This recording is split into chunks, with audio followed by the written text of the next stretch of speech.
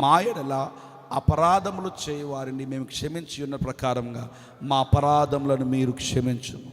ఒకవేళ ఆ కండిషన్ బట్టి ప్రభు ఒకవేళ మనల్ని ప్రేమిస్తే నేను అంటాను, మనం ఏమైపోతామో అమ్మా. చాలాసార్లు ఎదుటి వ్యక్తిలో ఉన్న లోపాలను ఎంచి ఆడు మంచోడు కాదు, ఈడు మంచోడు కాదు, ఆడితో మాట్లాడేది ఇట్లా అని ప్రతి ఒక్కరిని ద్వేషిస్తున్నామే చాలాసార్లు.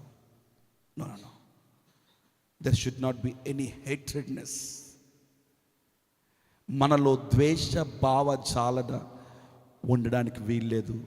ఎందుకంటే మన ప్రభు మనల్ని ద్వేషించట్లేదు కనుక. స్తోత్రం చెప్దామండి. మన ప్రభు మనల్ని ద్వేషించట్లేదు. ఆయన మనలను నిక్కటమైన ప్రేమతో ఆయన మనల్ని ప్రేమిస్తున్నాడు. ఇప్పుడు దేవుని ప్రేమిస్తున్నామని చెప్పి ప్రతి ఒక్కరిని మనం